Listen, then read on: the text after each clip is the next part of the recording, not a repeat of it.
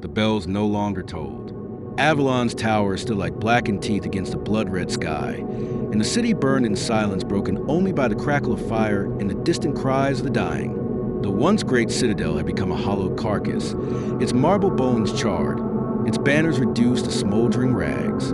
Ember stood at the highest window of the throne room, hands braced against the stone. The ember seethed inside him, louder now than it had ever been. It no longer whispered, it commanded. Every heartbeat was a drumbeat of fire. Every breath tasted of ash. Behind him, Lyanna paced like a caged hawk, her cloak trailing soot across the shattered tiles.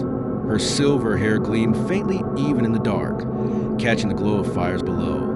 He wondered if she knew how many times he had anchored himself on that single light, how many times her presence had kept him from giving himself over to the blaze. "They are gathering," she said, voice low but sharp. "Beyond the gates. The horns haven't stopped." He nodded without turning. "Kaertha's priests won't let this end until Avalon is ash. They bound their will to mine, to the ember. If I falter, they'll drag it from me." Lyanna stopped pacing, her eyes fixed on him, burning just as fiercely as the flames in the distance. "Then you cannot falter." He turned then, and in her gaze he saw no fear, only the quiet defiance that had drawn him to her since the first moment among the ruins. She was enemy by blood, stranger by allegiance, yet now she was the only truth that felt unshaken. "Lyanna," he said softly, almost breaking, "if I release it all, Avalon dies. If I cage it, Kaerth wins. There's no path that saves both." She stepped closer until only a breath lay between them. Her hand rose, brushing against his cheek, fingers warm despite the ash. "There's a third path," she whispered. His breath caught. "What path?" Her hand slid to his chest, where the ember throbbed like a second heart. "Not yours alone. Not mine. Ours." The words pierced him deeper than any blade. The ember stirred beneath her touch, not with hunger this time, but with something different, something almost like recognition. He seized her wrist, holding it there against his chest. "If we bind ourselves to it together, it may kill us both," she finished, steady, unflinching. "But it may also master what neither of us can alone. That is what the ember was meant for. Ember, not dominion, not crowns. Bond." A roar echoed from below. The shouts of soldiers, the thunder of something vast striking the citadel walls. The ground trembled. He looked past her, to the throne where his father's crown lay abandoned, bent and blackened. He thought of the dying cries of Avalon, of every face he had sworn to protect. He thought of Lyanna, her hand pressed against his chest, the only tether he had left to his humanity. And he knew the truth. The ember's salvation was not his to wield. It was theirs, or it was nothing. "Then we bind it," he whispered. Lyanna's lips trembled into barest of smiles. Together, the binding was not ceremony. It was fire and pain and surrender. They knelt at the center of the throne room, palms pressed together, foreheads touching. The embers surged like a living storm inside Ember, but as Lyanna's breath mingled with his, as her voice whispered old words of Kaerth's forbidden tongue, the storm shifted.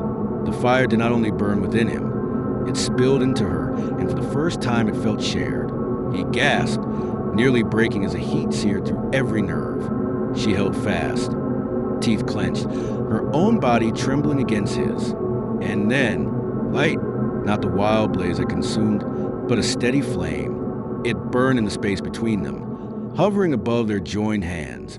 A fragment of the ember itself, peeled from his chest and shaped by their bond. Lyanna's eyes widened, reflecting its glow. "Ember, we divided it." "No," he whispered, all flooding him. "We've given it choice." The doors exploded inward. Lord Edric strode into the hall, armor scorched but unbroken, eyes blazing with the unholy fire of Kaerth. Behind him came the priests, chanting their guttural hymns, the air warping around them with smoke and shadow. Edric's gaze locked on the fragment flame, his mouth twisted in hunger. At last, the ember unbound. He raised his blade, black and steel edged with sigils that ooze red light. "Yield it, cousin, or burn with the rest of this carcass kingdom." Irinder rose, Liona's hand still clutched in his. The flame hovered between them, burning brighter at their defiance. "Come and take it," Irinder growled. The clash was like the sundering of worlds. Edric's blade crashed against Irinder's, sparks and fire erupting with each strike. The priests unleashed waves of shadow fire that twisted into beasts, lunging across the marble. Liona moved with deadly grace, her silver hair a comet's trail as she cut through corrupted forms. Each time their hands brushed, the flame between them flared, shielding them from the priest's chants. But Edric was relentless. With every strike, he drove Irinder back, his corrupted power fueled by the priest's chorus. "You think love will save you?" he snarled. "The Ember devours all. It cares nothing for hearts or vows." Irinder's sword locked with his, heat scorching their faces. "Then it will learn." He pressed forward, the flames surging as Liona shouted words in the Care's tongue, weaving their bond tighter. For a heartbeat, the priest faltered, but Edric roared, driving Irinder to his knees. The corrupted blade pressed against his throat. "Yield it, boy." "Never." Liona leapt between them, catching Edric's strike with her own steel. For a moment, flame and shadow wrestled in their locked blades, the hall trembling around them, and then Edric twisted, sending her crashing to the ground. "No!" Irinder lunged, but too late. Edric's sword plunged toward her heart. The Ember screamed. Not his Ember, theirs. The fragment flame erupted, hurling Edric backward in a torrent of fire. He crashed against the throne, armor melting against his flesh. The priest shrieked as the flames spread, consuming their shadow weavings. Irinder dropped to Liona's side, hands frantic. She was pale, her breath ragged, blood staining her cloak where the blade had grazed too close. Her hand found his, weak but sure. "Do it," she whispered. He shook his head, tears cutting through soot. "Not without you."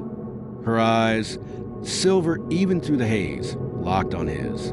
"With me, always. That is the only way." And he understood. The Ember demanded a price. To master it, they had to give not their lives, but themselves, their bond, their love, everything they had kept secret and cherished. If they poured it into the flame, it would save Avalon, but they would no longer be theirs to each other. Irinder's chest cracked with the weight of it. "If we do this, we won't remember. We won't be." Liona's thumb brushed his cheek. A tear slipped from her eye. "Better a kingdom reborn without us than ashes with us." He bent his forehead to hers, their tears mingling. For one last moment, they were only themselves. Irinder and Liona, boy and girl who had found love where they should have found only hate. "I love you," he whispered, voice breaking. "And I you," she breathed. They pressed their joined hands to the fragment flame. It consumed them in fire. The Ember roared to the throne room, not as destruction but as rebirth. The flame spread from their joined hands, sweeping across marble and banners, through shattered walls and broken towers. Where it passed, corruption withered, shadow burned to nothing. The priests screamed as their dark sigils disintegrated into dust. Lord Edric clawed his melting armor before vanishing into cinders. The citadel blazed, but it did not fall. The fire cleansed without consuming. When it cleared, Avalon stood scarred but unbroken. Smoke curled upward into a dawnlit sky. The horns of Careth had fallen silent. At the center of the hall, two figures knelt, hands still joined, eyes open but empty. The Ember no longer throbbed in Irinder's chest, nor burned in Liona's breath. It hovered above them instead, a steady golden flame, gentle as candlelight. The sacrifice was complete. Irinder blinked, staring at the world with unknowing eyes. Liona did the same. They turned to one another, strangers, and yet something in their gaze lingered, some echo neither flame nor fate could erase. The golden flame hovered above them, and Avalon's people, gathering from the ruins, fell to their knees in reverence. The Ember lived on. So did Avalon. But the two would save it had given up the memory of their love, the very core of themselves, to bring it forth. And though they would walk the kingdom's halls side by side in days to come, they would never again remember what they had once meant to each other. Avalon had been saved, but Irinder and Liona had been lost themselves. price was paid, the sacrifice made, and so the kingdom's story did not end in fire, but in bittersweet salvation. The dawn over Avalon was unlike any dawn before it. Not gold, not crimson, not the pale silver mist, but a strange, living light that seemed to shimmer from within the very air. Smoke still curled from the bones of the city. But where fire had raged, green shoots now pressed through the ash. Walls cracked and blackened began to heal themselves, as though stone remembered its original shape. The scars of war remained, yet threaded through them was something new, something luminous. The Ember had not perished. It had changed. From the ruins of the citadel's highest tower, Erinder stood in silence. His armor was scorched, his sword nothing but twisted metal fused with the mark of flame. He should have felt triumph or despair, but he felt only hollow. The fire in his chest that once pulsed with unbearable heat was now quiet. A faint warmth like a heartbeat half remembered. Behind him, Lyanna stirred. She had collapsed beside him in the final moments of the ritual, her hand entwined with his as light poured through them both. Now she rose unsteadily, her silver hair tangled, her eyes dazed as though waking from a dream. Their gazes met, and there was nothing. No memory of whispered confessions in shadowed halls, no recollection of lips meeting in stolen defiance, no echo of promises made when death closed in. Only two warriors, standing together at the end of a war, bound by something neither could name. Did we win? Lyanna's voice was hoarse, stripped bare certainty. Erinder turned his eyes to the horizon. Avalon still smoldered, its towers jagged against the sky, its people wandering like shades through streets of rubble. Yet among them, the wounded stirred as if healed by unseen hands, and children touched the earth only to see flowers spring where tears had fallen. Yes, he said at last, though the word felt foreign, if this can be called victory. The days that followed blurred into one another. Avalon's remnants gathered within the battered walls. The northern districts had been reduced to cinders by Caerth's conjured flame beasts, while the river quarter lay in ruin where the rebels had set their pyres. And yet, life returned. Those who had once cursed the crown for hoarding magic now found the Ember's blessings scattered in the air itself. Wells ran clear again. Fields outside the city sprouted new growth, though untended. Even the air seemed lighter, the pall of centuries lifted. But politics, like weeds, sprang as quickly as flowers. Lord Edric was dead, struck down not by sword or flame, but by his own ambition when the Ember rejected him. Yet his followers remained, some captured, others vanished into countryside. Factions of nobles convened, their banners threadbare but their ambitions intact. Some demanded Erinder be crowned at once, the Ember's chosen. Others whispered that Lyanna, enemy born, Caerth's blood in her veins, was a spy who had ensnared him. Erinder endured their counsels in silence. He had no taste for crowns, no hunger for thrones.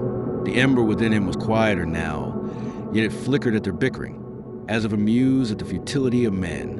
Lyanna endured them less patiently. More than once she left the chamber, her voice sharp with disgust. Yet even she could not deny her heritage weighed upon her. The Caerth priests had unleashed the burning, their forbidden rites staining Avalon soil. To many, her face was reminder enough. Yet the people in the streets, those who had seen her blade cut down the corrupted priests, those who had seen her kneel beside the wounded, whispered differently. To them, she was a silver flame beside Avalon's heir. Still, Erinder and Lyanna remained strangers. They fought side by side in council, their instinct aligned, but when they were alone the silence pressed heavy. Something tethered them, an invisible cord neither could name. Yet when they tried to speak of it, words faltered. One night, unable to endure the weight of the council's arguments, Erinder wandered the ruined gardens of the citadel. The moonlight spilled across marble statues broken at the waist, across blackened roses already sprouting new buds. Lyanna found him there, her cloak drawn close. They argue of thrones and crowns while the people rebuild homes from ash, she said bitterly. They speak of loyalty while mothers bury their children. Erinder nodded. Avalon has always hungered for power. Even now, it cannot see past itself. Her gaze lingered on him, searching. And you? Do you hunger for it? He turned to her fully then. I hunger for nothing. I feel as though something was burned out of me in that fire. Something I cannot name. Her breath caught. For an instant, her hand lifted as if to touch his cheek, but she let it fall. I feel it too, she whispered, as if there is a hollow where something precious used to be. They stood in silence, the moonlight between them like a blade. Neither spoke of love, though the word hovered like a ghost. Neither confessed longing, though both felt an ache like a wound. At last, Lioness said softly, "Perhaps some sacrifices cannot be measured until after." Erinder looked away, to the horizon where dawn threatened once more. Perhaps. Whispers spread of miracles in the outer provinces. Farmers claimed their crops grew without seed. Healers discovered wounds closing under their hands. The Ember was no longer bound to one vessel, no longer chained to Citadel. It bled into the world, unshackled, untamed. Some saw blessing, others saw danger. The Ember is not ours to command, Erinder told the council when debates grew heated. It belongs Avalon now, to all who dwell within it. Not to kings, not to crowns. But his words only deepened the divide. Some nobles accused him of weakness, of discarding the very crown his father had died to preserve. Others declared him prophet, herald of a new age. Lioness stood with him always, her voice a sharp counter to their accusations. Yet behind closed doors, she confessed her fear. If the Ember spreads without limit, what will it become? She asked one night, her voice low. Magic this wild has always been bound. For a reason, what if Avalon cannot contain it? Erinder had no answer, only the quiet flicker of warmth in his chest, a heartbeat of flame that felt less like a burden and more like a reminder. Weeks passed. Avalon slowly breathed again. Markets reopened, though their stalls were makeshift. Bells tolled, not for funerals, but for weddings as soldiers returned home. Songs rose in the taverns, rough and broken but alive.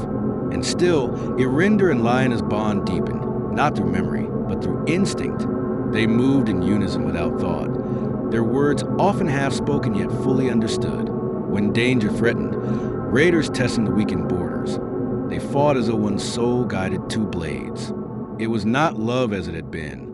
It was something stranger, quieter, deeper. And yet, sometimes, when Erinder caught her gaze lingering on his lips, or when Lioness felt her heart race at his nearness, they both wondered if love could be reborn like Avalon itself, stripped of memory, but not of essence. One evening, as summer's first storm swept across the plains, Erinder stood upon the rebuilt walls. Lightning cracked the horizon, thunder rolling like drums of war. Beside him, Lioness drew her cloak tighter. "Do you feel it?" she asked. "The storm?" "No, the Ember." Her eyes glimmered in the lightning's flash. "It stirs again. Not in you, not in me, in Avalon itself. As though the kingdom is no longer dying, but becoming something else." Erinder closed his eyes, and he felt it. Like countless sparks across the land, each heart carrying a fragment of fire, each life lit by the same ember that had once been his curse. When he opened his eyes, he whispered, "Then Avalon is no longer one kingdom. It is many bound by flame." Lioness' lips curved in the faintest smile. A kingdom reborn. The words hung between them, heavy with meaning. For Avalon, yes, but perhaps for themselves as well. Far beyond the walls, in Kertha's shadowed temples, whispers stirred of the Ember's rebirth. Priests who had once sought to claim it now spoke of a flame that could not be chained, only shared. Some fled into exile, others sharpened their blades. For though Avalon was reborn, peace was never certain, and the fire within men's hearts burned as dangerously as any ember. But for that one moment, on the stormlit walls, with Avalon breathing again, Erinder and Lioness allowed themselves silence. Not peace, not love, not yet, but silence enough to hope.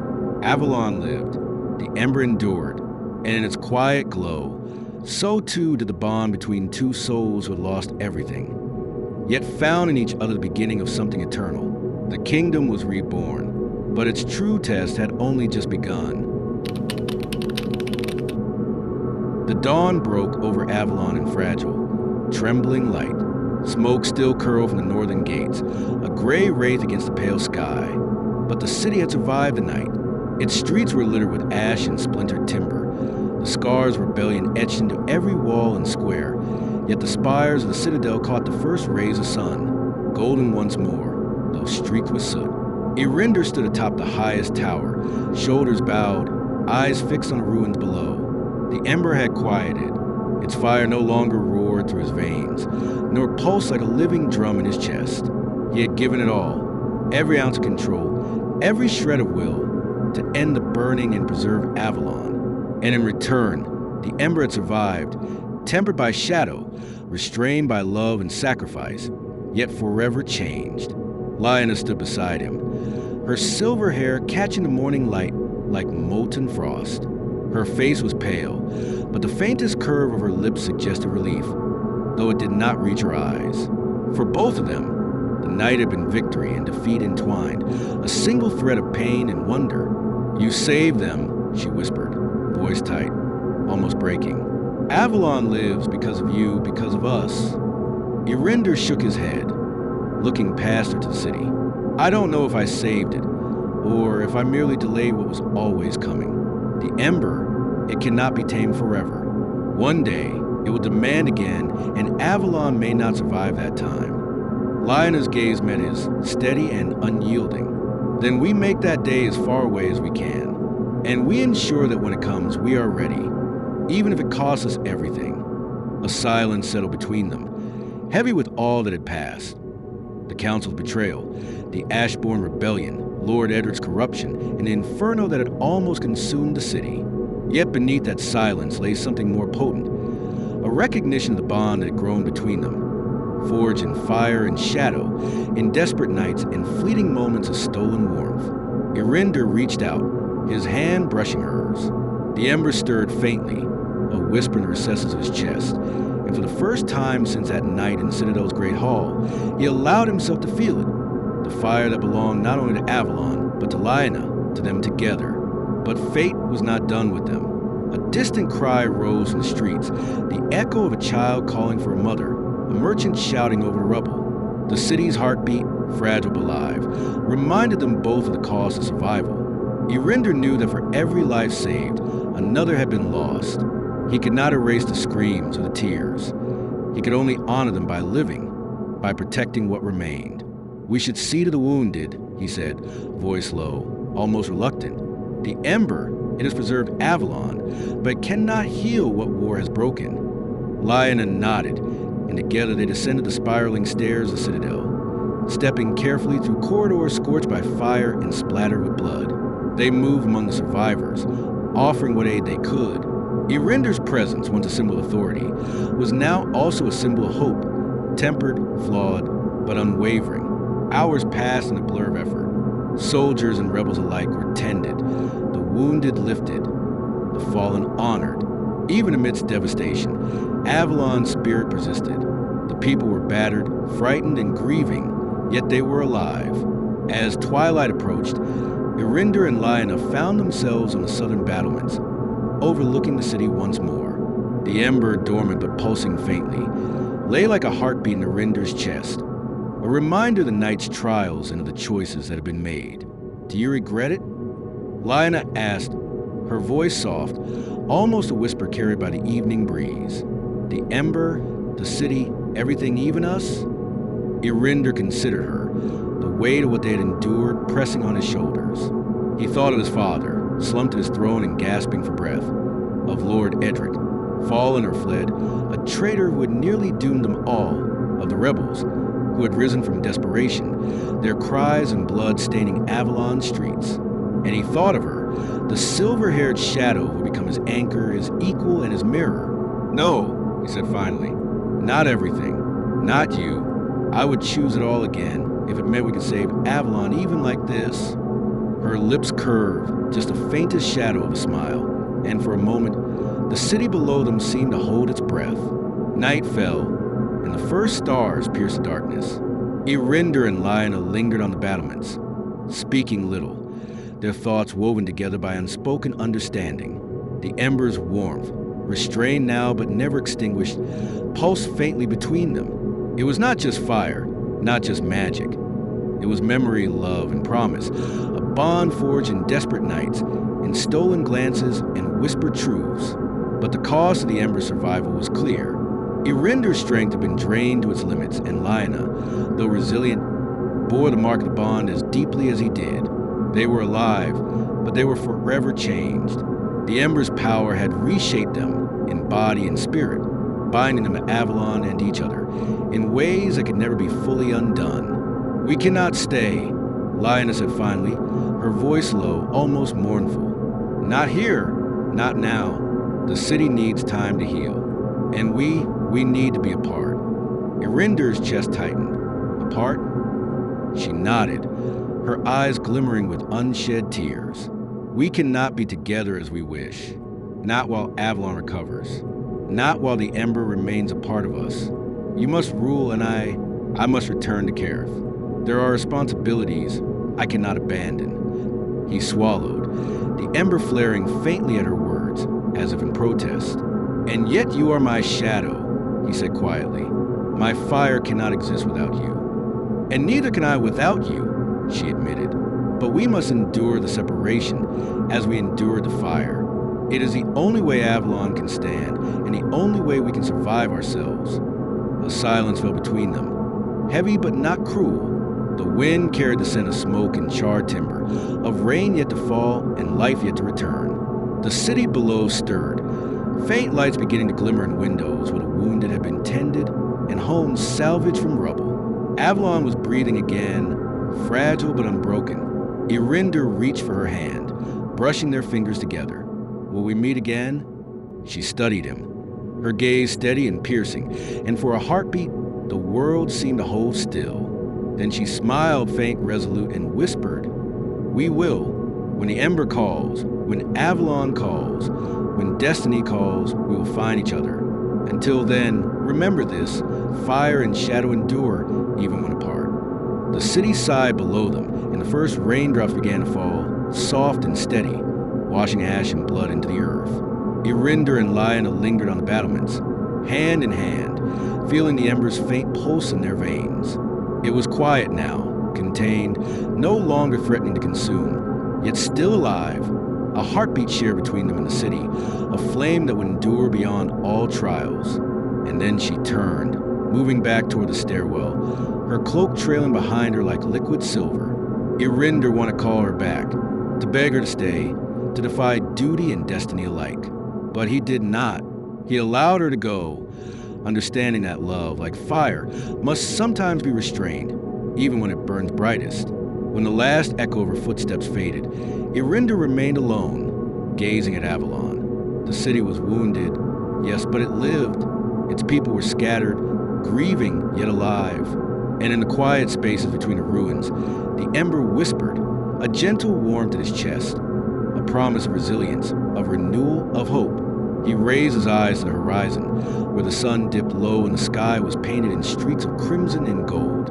The memory of what had been lost, the lives, the innocence, the certainty would never fade. But neither would the knowledge that they had endured, that Avalon had endured, and that some flame, some spark, some fragment of hope would always remain. As night fully fell, Erinder descended into the citadel, the Ember pulsing faintly like a heartbeat beneath his ribs. He moved among his people, offering what solace and guidance he could, carrying the weight of crowns and blood alike. And though he walked alone, he was not lonely. The fire that bound him to Avalon, to Lyanna, to all that remained, endured within him. A flame eternal, tempered by shadow and tempered by love. Far across the seas in Kareth, Lyanna stood upon her own battlements, her eyes tracing the same horizon, feeling the pulse of the Ember in her veins, feeling the bond that stretched across kingdoms and nights of fire and blood. She breathed the same air as Avalon, shared the same heartbeat, and knew that though separated by duty, they were forever entwined, fire and shadow, together, unbroken, enduring. And so, Avalon rose from its ashes, scarred but alive. Its towers still bore the marks of battle. Its streets still smelled of smoke and despair. Yet hope lingered in the stones, in the wind, in the heartbeat of every survivor. Erinder and Lyanna had survived, though forever changed. The Ember had endured, restrained but unyielding. A reminder that power without control was chaos, but power wielded with love and wisdom could reshape destiny.